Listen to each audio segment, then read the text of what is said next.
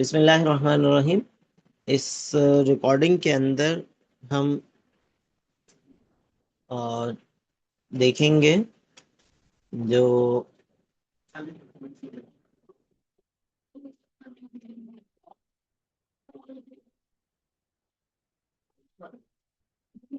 अच्छा। तो इस रिकॉर्डिंग के अंदर हम जो है वो सलम ट्रांजैक्शन को जो है वो डायरेक्ट बुक से पढ़ने की कोशिश करेंगे। SQ3R मेथड के जरिए आप इसका एक ओवरव्यू ले सकते हैं, लेकिन डायरेक्ट इस दफ़ा जो है वो हम इसको पढ़ने की तरफ जाएंगे। Salam in Salam, the seller undertakes to supply specific goods to the buyer at a future date in exchange of an advance price fully paid at spot। सही है। सलम ट्रांजेक्शन के अंदर सेलर जो है वो स्पेसिफिक गुड्स एडवांस प्राइस के against future date पे डिलीवर करने का अंडरटेकिंग करता है, वजाहत करता है कि ये मैं आपको हैंड ओवर करूंगा। The payment is at spot but the supply of purchased goods is deferred. Supply of purchase goods जो है वो डेफर है और पेमेंट एडवांस में है। अब इसका purpose of use, this mode of financing can be used by the modern banks and financial institutions, especially to finance the agriculture sector। Normally agriculture sector के लिए इसको रिकमेंड किया जाता है, क्योंकि इसका जब बैकग्राउंड हम देखेंगे तो उसमें भी जो है ये एग्रीकल्चर सेक्टर के लिए था। लेकिन जरूरी नहीं है सिर्फ वहाँ, बल्कि जहाँ भी होमोजीनियस गुड्स होंगी, सिमिलर गुड्स को फाइनेंस करने की बात होगी, तो वहाँ जो है वो इस मोड ऑफ फाइनेंस को यूज किया जा सकता है। The, to meet the needs and requirements of small farmers who need financing to grow their crops and feed their families until the time of harvest, when Allah's messenger declared riba as haram, the farmers could not take usurious loan, सूदी कर्जा जो है वो नहीं ले सके थे। और जब सूद को हराम करार दिया गया था, तो देयरफॉर द होली प्रॉफिट सल्लल्लाहु अलैहि वसल्लम allowed them to sell their agricultural products in advance. तो इसका बैकग्राउंड जो है इस पैराग्राफ में हमें अगेन, यहाँ पर हम अगर क्वालिटेटिव रिसर्च का कोडिंग मेथड यूज करें तो एक एक पैराग्राफ को पढ़ते हुए उसका कोड कर सकते हैं, कोड बना सकते हैं। और उसका फायदा क्या होगा कि नेक्स्ट टाइम आपको नए सिरे से सारी एफर्ट्स दोबारा नहीं करनी पड़ेंगी। चूंकि ये मेरे पास एडिटेबल फॉर्म में है, आपके पास ये लिंक डायरेक्ट एडिटेबल फॉर्म में नहीं होगा। आप इसको जो है वो आ, अपने पास डाउनलोड करके फिर इसके कोड बना सकते हैं, लेकिन हम यहाँ पर इसकी कोडिंग कर सकते हैं। मिसाल के तौर पर कोडिंग करते हुए ये पहला पैराग्राफ है, ये डेफिनेशन शो कर रहा है और ऑफ सलम। सलम की डेफिनेशन जो है वो हमें यहाँ पर पता चली है इससे, तो हमने इसको कोड कर दिया, इसका कोड नेम डाल दिया, ये डेफिनेशन ऑफ सलम। तो इसको कोड कर दिया हमने। फर्दर जो है वो दूसरी, ये उसी की रिपीटेशन है, इसको हम छोड़ देते हैं। द मोड ऑफ फाइनेंस, तो इसमें जो है वो एग्रीकल्चर, ये इंपॉर्टेंट वर्ड है एग्रीकल्चर यूज, ये हम इसको एक क्लास से कोडिंग भी कर रहे हैं। और पूरा पैराग्राफ नेक्स्ट टाइम हमें पूरा पैराग्राफ पढ़ने की जरूरत नहीं पड़ेगी, जस्ट इस कीवर्ड्स के जरिए हमें पूरी बात जहन में आ जाएगी। फिर इसी तरह जो है वो इस पैराग्राफ को जो है वो हम इसका कोड डाल सकते हैं कमेंट्स के जरिए कि बैकग्राउंड ऑफ सलाम।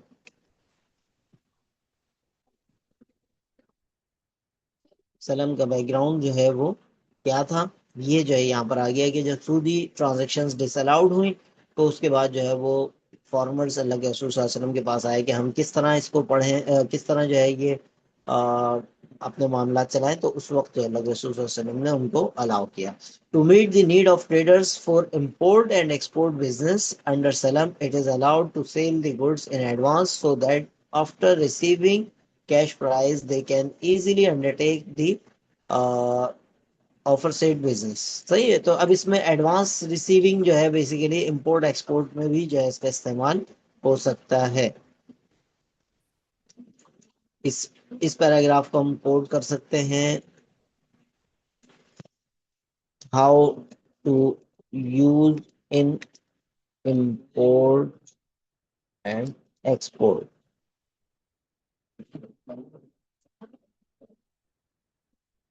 बेसिकली एक्सपोर्ट में ये ज्यादा काम आएगा. अच्छा, Salam is beneficial to the seller as he receives the price in advance and it's beneficial to the buyer. अब ये जो है दोनों के लिए बेनिफिशियल है. इस पैराग्राफ में हमें क्या पता चल रहा है, दोनों के लिए बेनिफिशियल है. और दोनों के लिए बेनिफिशियल होने की वजह जो है क्या है कि बायर के सेलर के लिए बेनिफिशियल है कि ये एडवांस में पेमेंट मिल रही है, वो उसको जो है वो अपने काम में ला सकता है, जैसे कि ऊपर किसानों ने रिक्वेस्ट की थी और उनको अलाउ किया गया था. इसी तरह ये बेनिफिशियल टू द बायर है also. Normally the price in some lower. तो बायर के लिए क्या वजह है इसकी बेनिफिशियल बेनिफिट है बायर के लिए कि वो जो है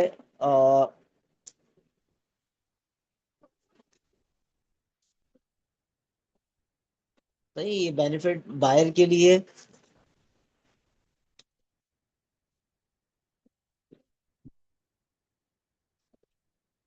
इसको हमने कोड कर दिया. अब इसका फायदा क्या होगा, एक तो क्वालिटेटिव रिसर्च की एक बेसिक बुनियादी चीज है जो आपको काम आ गई कि पूरा पैराग्राफ याद रखना मुश्किल काम होता है, लेकिन एक एक वर्ड को याद रखना आसान है. आपने जस्ट इस एक वर्ड के जरिए पूरे पैराग्राफ को, जब आज से 2 दिन बाद, एक हफ्ते बाद एग्जाम के लिए या बाद में कभी उसके लिए आप पढ़ना चाहेंगे, तो आप इस कोडिंग मेथड से आप आराम से पढ़ सकते हैं. और आगे चल के कोई अगर रिसर्चर आप में से निकलता है तो आप क्वालिटेटिव रिसर्च का एक बुनियादी चीज जो है वो यहाँ पर साथ साथ सीख रहे होंगे. तो इसमें जो है सलम बेनिफिशियल फॉर सेलर, तो बेनिफिट टू दी सेलर हम इसका कोड रख सकते हैं.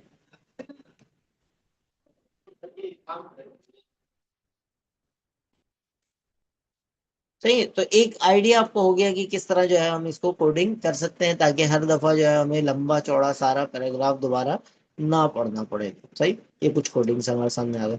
द परमिसिबिलिटी ऑफ सलम is an exception to the general rule that prohibits forward sale and therefore it is subject to the strict condition which are as followed. Normal sale transaction का उसूल हमने पढ़ा था कि ला तबीअ लैस बाइंदक का उसूल है.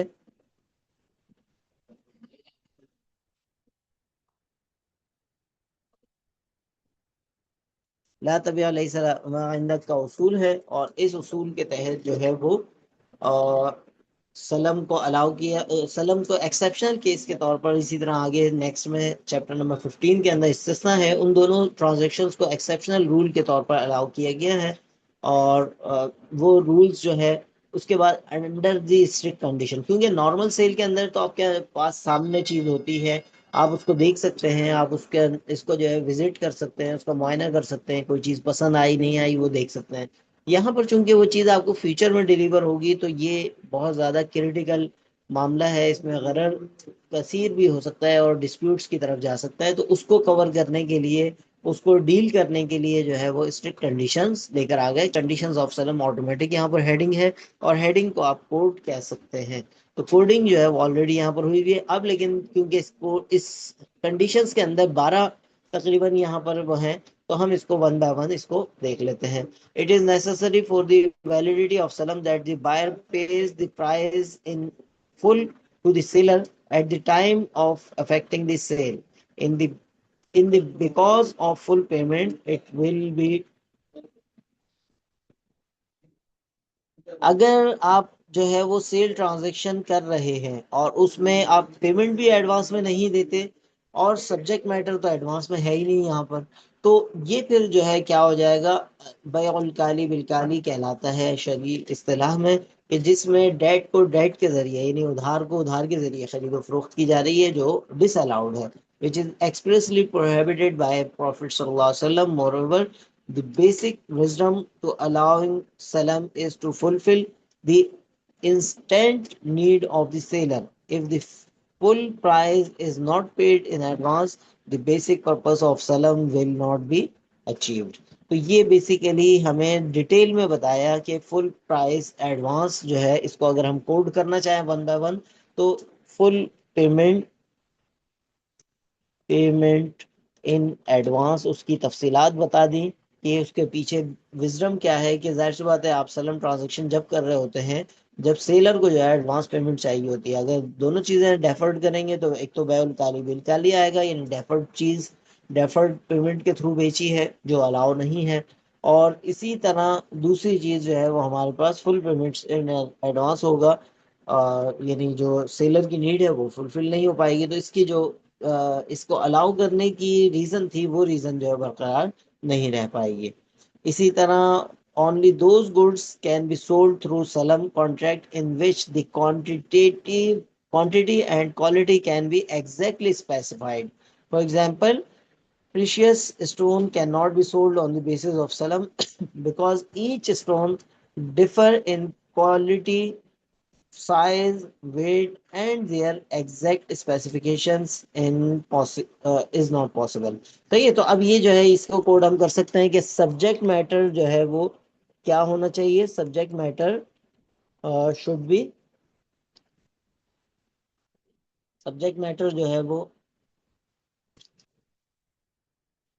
सब्जेक्ट ऑफ द सलम जो है ये हमारे पास होमोजीनियस होना चाहिए, जिसके यूनिट्स एक जैसे हों, जिसको क्वालिटेटिवली और क्वांटिटेटिवली जो है वो स्पेसिफाई करना पॉसिबल हो।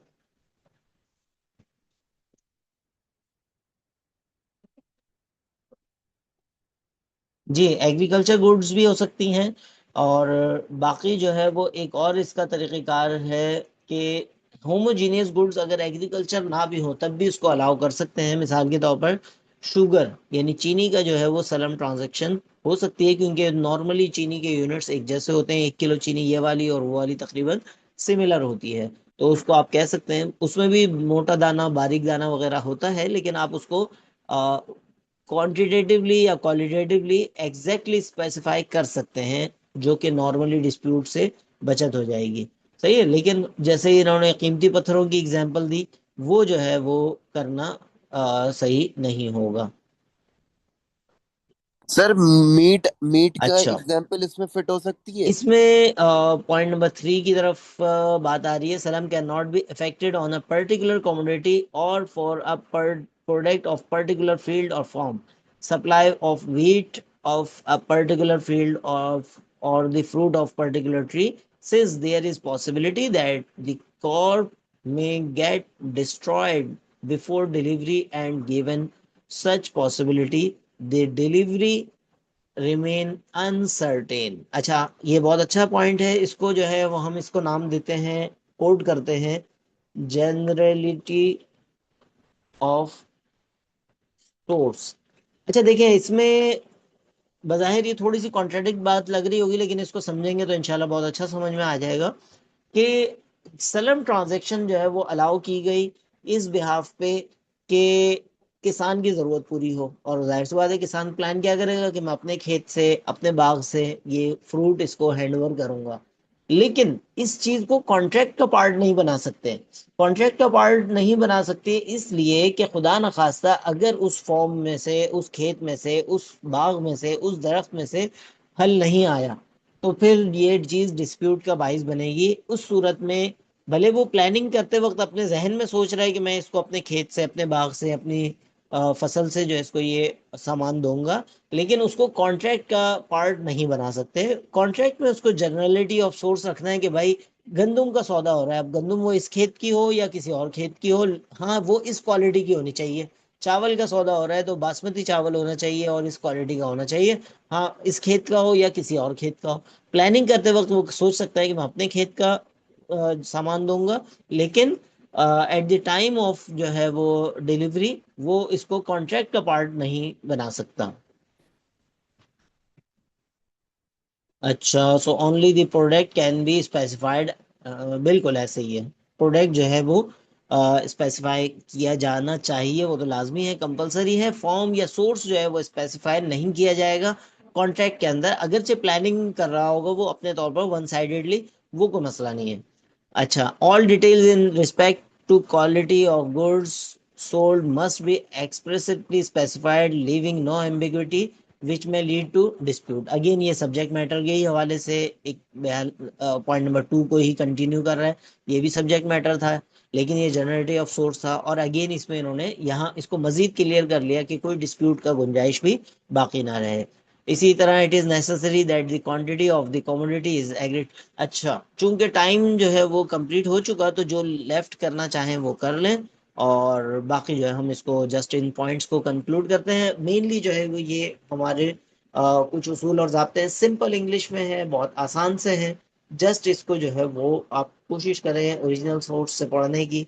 डायरेक्ट ओरिजिनल सोर्स से फ़ायदा ये होता है कि आपको फ्यूचर में कल को अप्लाई भी करना होगा रियल लाइफ में, तो आपको मुश्किल नहीं होगी, आपको पता होगा कि किन उसूल और ज़ाब्तों को दोबारा रिफ्रेश करके दोबारा पढ़ के आप किस तरह अप्लाई कर सकते हैं। ये बुक ऑलरेडी जैसे बताया गया है कि ऐसी बुक है जो आपको थियोरेटिकल और प्रैक्टिकल पर्सपेक्टिव दोनों प्रोवाइड करती है, तो इस लिहाज से इसकी इम्पोर्टेंस अपनी जगह बहुत ज़्यादा है। तो इसको जो है वो आप लोग पढ़ लीजिएगा, और फर्दर कोई चीज़ ना समझ में आए तो उसको जो है वो हम डिस्कस कर सकेंगे इंशाल्लाह। तो